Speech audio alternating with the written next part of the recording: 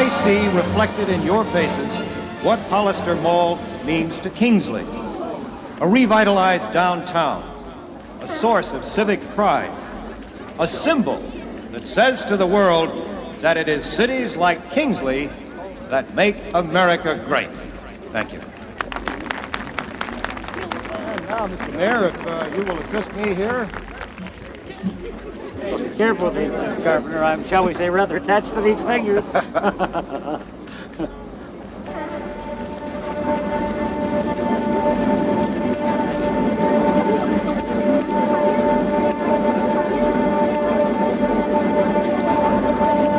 Carpenter, you okay? You've seen a ghost. Charles? No, Charles!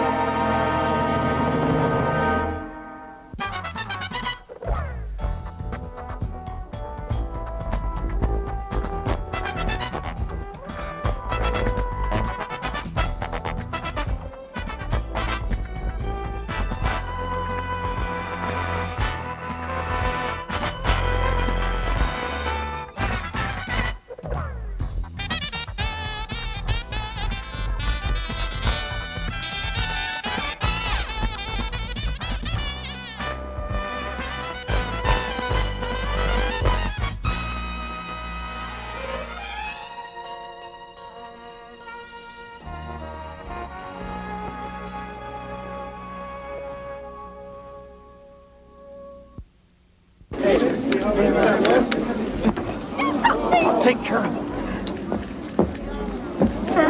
Please, let me through. Someone get an ambulance. He's had a heart attack. Let me through. I'm a doctor. Help's on the way. Daddy, get away from him! Get away from him! Daddy, if you are a police, Jesus, just let him be okay, please. I couldn't help him. Dr. Greeley. Charles, are you all right? What is it? His heart? What's I don't the matter? talk to him until I examine him. This man needs to get to the hospital immediately. An ambulance is on the way. Fine. I've got to be with him. Let me stay with him. Webster, take care of him, will you? One. No, please, God, just take care of him. Let him be all right. One. 5,000. Oh, Mother, I'm so glad he's here. Two. 1,000. Two. 2,000. Two. 3,000. Two. 4,000. Two. 5,000.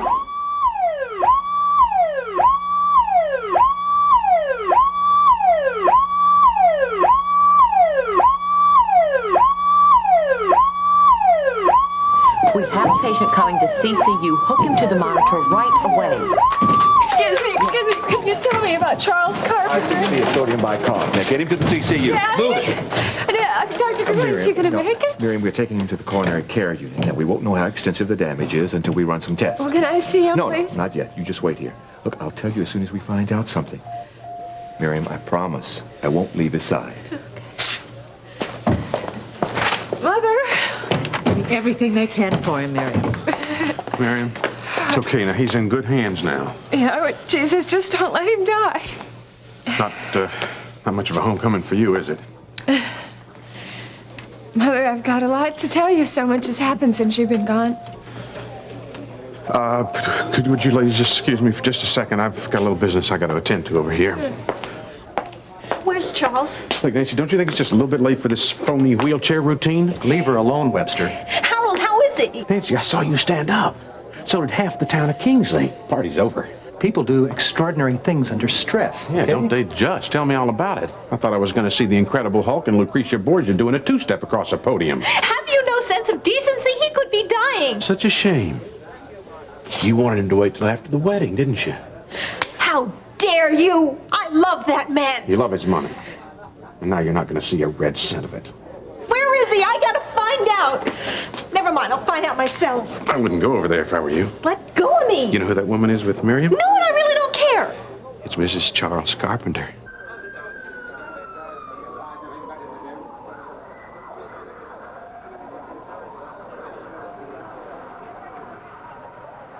Poor Charles. Where do you get the audacity to call me weak? When everything you own you've been duped out of. It's almost laughable. You chose to take rather than earn.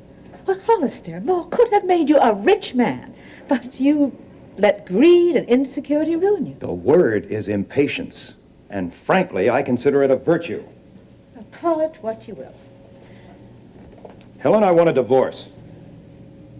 Well, that's the one thing that I refuse to give you. Although I won't say that I haven't considered it. You don't have any choice. You've stolen all my money. Now, I will not let you rob me of my dignity and my family. I don't love you. No, you don't love anybody but Miriam. Oh, I've known that a long, long time. But briefly, I'd hope you'd changed when you came back to me. That was simply because I had nowhere else to turn at the time. And you used our bedroom as a stage for your deceit. Oh, Helen, you bore me. And you disappoint me.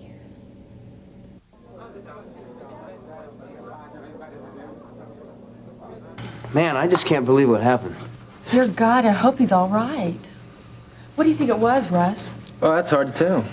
Well, I thought you were the big pre-med student. Huh? That hardly qualifies me to make a diagnosis. Well, it was his heart, though, wasn't it, Russ? Yeah, my guess was probably a myocardial infarction. That's when the main artery gets clogged up, no blood gets to the heart. Well, Charles Carpenter has been under a great deal of pressure lately. Oh, yeah. The mall opening and everything. Sure. Actually, I was thinking about Nancy Lawson. She's enough to drive any man to an early grave. Was that the woman in the wheelchair? Yes. You know, I swore I saw her stand up for a minute. Wouldn't surprise me a bit. She's been after Carpenter's money ever since his wife left him 6 months ago. Who knows what her little game is?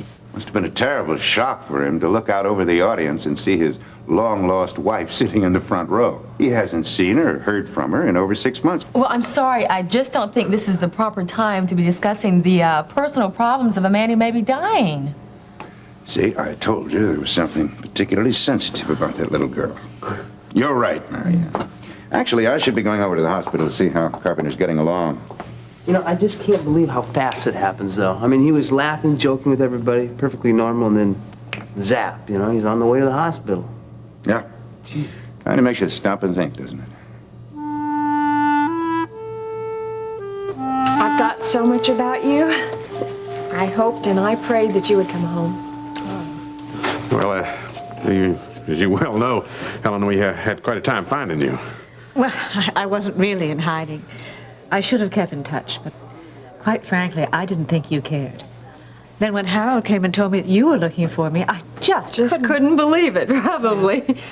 Well, a lot has happened, Mother, and I hardly know where to begin to tell you about it. Yes, Harold told me you've been through a terrible time. Yes, I was addicted to drugs. I almost killed myself several times. Miriam, Nancy Lawson was the one that made you dependent on drugs. Let's give credit where credit's due. That's true. She wanted me out of the way so she could have Daddy all to herself. She wanted his money, more like it. You're gonna pay for this, sweetheart. Me? Was it my fault that he had a heart attack? No, but did you have to get out of your wheelchair in front of the whole town? Well, I was worried about him. I just didn't think. That's an understatement. Look, all right, we're gonna make the best of this, okay? We'll call it a crisis situation, a rush of adrenaline, excitement. But like I told Webster, these things do happen. Well, couldn't we just call it a spontaneous recovery? Oh, brilliant. Why don't you just call it a miracle healing? Your dingy sister get a kick out of that. Yeah, why don't we do that? You're such a fool. You just now finding that out? Webster, will you get out of here, please? I thought that it was my duty as a lawyer to let you know what the current status was of Charles' divorce. See, with Miss Carpenter back in town here, the situation has changed radically. We had our wedding planned for next week and everything. Well, don't count your chickens before they hatch. There may not even be a divorce. Desertion can't be proved now. Can't you see that you're upsetting her? Just thought you might want to know, that's all. Terrific. Real terrific. Well, you have blown it, baby. You have really blown it bad. I did a lot of thinking while I was in the hospital. Oh, Miriam, if I'd only known what you were going through, I would have been here with you. Thank you. I thought about my life a lot, and I thought about you and Daddy and Frederick and Paul, and there were so many things I wish I'd done differently. Well, we all do things we regret. Right, I know. I was never the kind of daughter that you wanted. Well, you you were always closer to Charles. But now I know that he used you against me. Well, I was always Daddy's little girl. That was very hard for me to adjust to. Sometimes I felt so left out among the two of you. I know, and I am sorry. And I do wish those things had been different, but really I couldn't have helped the way I was back then. Well, it's never too late to change. I know. I found that out, too. Some really wonderful things have happened to me. Miriam, you are different. My whole attitude has changed. There's such an inner peace about you. I don't know what it is. Are you in love? No. Well, I did find a love and a meaning to love. I found Jesus. And his love has just changed everything in my whole life. Nothing will ever be the same. What difference does this divorce thing make? He may be dying.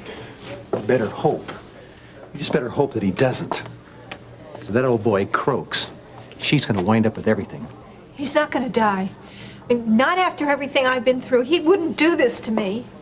Doctor, he's not going to die, is he? Doctor? Doc, have you got any kind of diagnosis yet? Yes, a preliminary one. Well, Dr. Greeley, how is he? Well, Charles has suffered a myocardial infarction. Now, that's a clot in one of the main arteries which cuts off the supply of blood and damages the tissues around the heart. In other words, he suffered a massive coronary. A heart attack. Is he going to be all right? Well, we still don't know the extent of the damage. We're monitoring the EKG, but it's much too early to make a prognosis.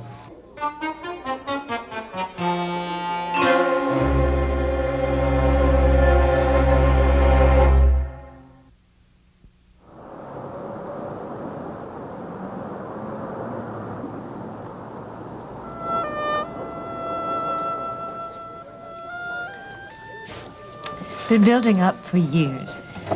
We just stayed together for appearance's sake. But what really got to me was Charles' absolute lack of integrity. He never considered the consequences of what he was doing, whether it was right or wrong. I just couldn't live with it anymore. I certainly had no idea you were so unhappy. I never thought you cared. I know Charles didn't. I wish you would have just confided in me. You were different then. Yes, you are right there. And besides, it was a decision that I had to make on my own. And once I had made it, there was no going back. Where did you go? To Boston, to visit the Nortons. Oh. And they suggested that I take their place on the vineyard for 3 weeks. Oh, the house at the beach that we went to that summer. Yes. Well, I always loved it there, so I walked on the beach and thought about my life. Looks like we both did a lot of that these past few months. Well, I knew I'd made the right decision.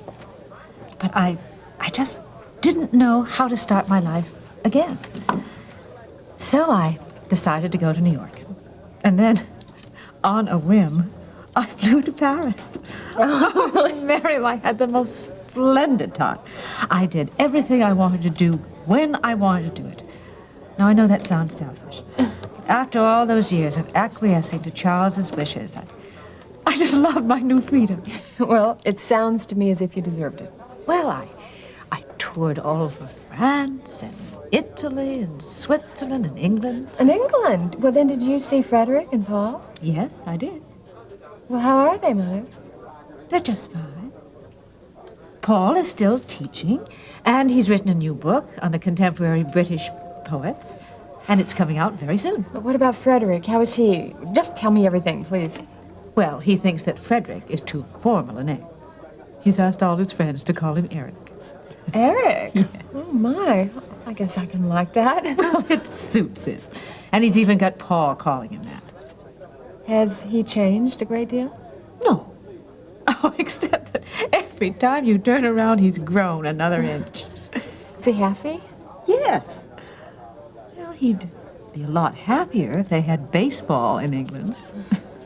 But he loves his soccer, and he's very good. I went to see one of his games. I miss him so much. Oh, Mary. You have changed.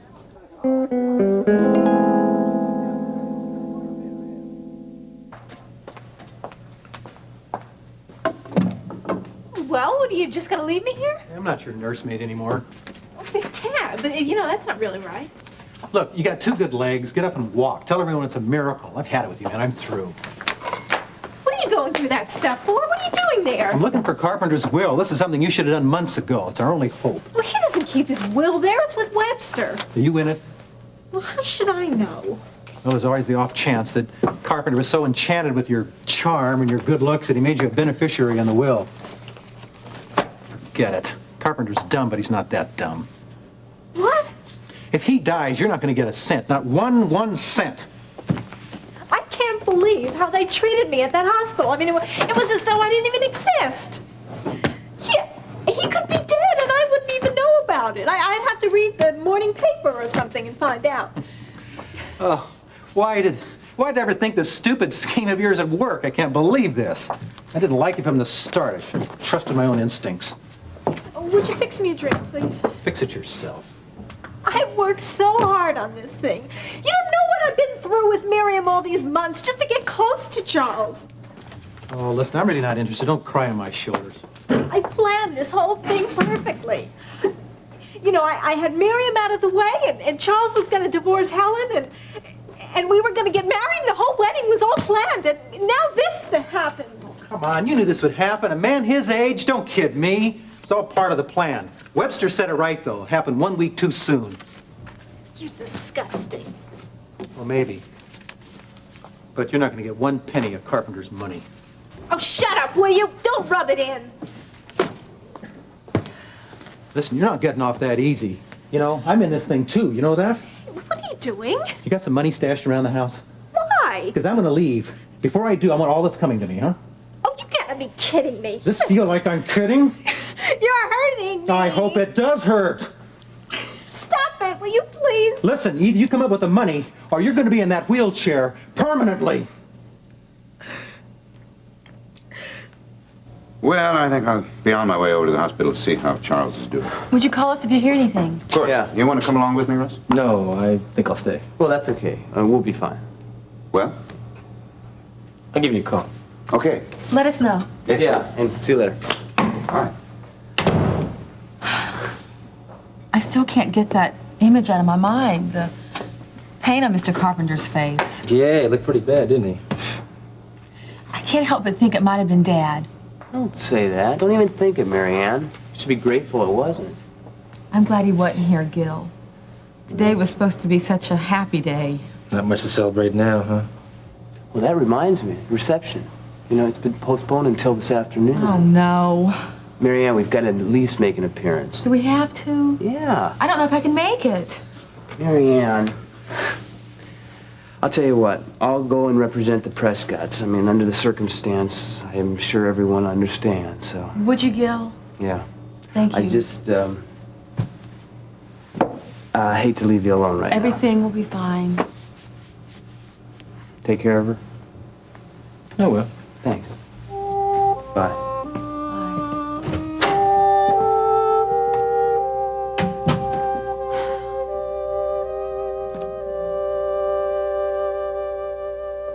Dr. Greeley, how is he? Is he going to be all right? Well, he's resting comfortably now. His vital signs are good and his EKG stabilized. Oh, thank the Lord. Well, can we see him now? No, not quite yet. You see, there is one problem. He's suffering from pulmonary edema. That's fluid in the lungs. Oh, dear. Well, it's a condition that frequently occurs in cases of heart failure. However, barring any unforeseen complications, we should have it under control shortly. Is he going to be all right? Well, I've been studying his chest x-rays, and it may be that he needs a bypass operation. What does that involve? Well, remember I told you that one of the main arteries was blocked? Right. The blood couldn't flow through? Well, now, in a bypass operation, we take a vein from the patient's leg, and we use that to replace the artery. We literally bypass the obstruction. You make it sound so simple. No, don't misunderstand me. It's a very complicated operation, and it's one that we'd never do unless we were quite certain that it would improve Charles's chances. But it's much too early to tell. Well, when would we be able to see him? Well, I'm going back to the unit now to check on his condition. Why don't you come down in about a half an hour or so? You should be able to see him then.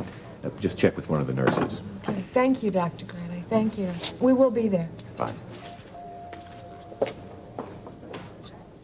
Mother, is something wrong? I think you'd better go and see your father alone, Miriam. Why? Mother, no. Miriam, I no longer love your father. I don't know if I ever did. Oh, I certainly didn't want this to happen to him. Mother, no, come with me, please. Miriam, I am the last person that your father would want to see.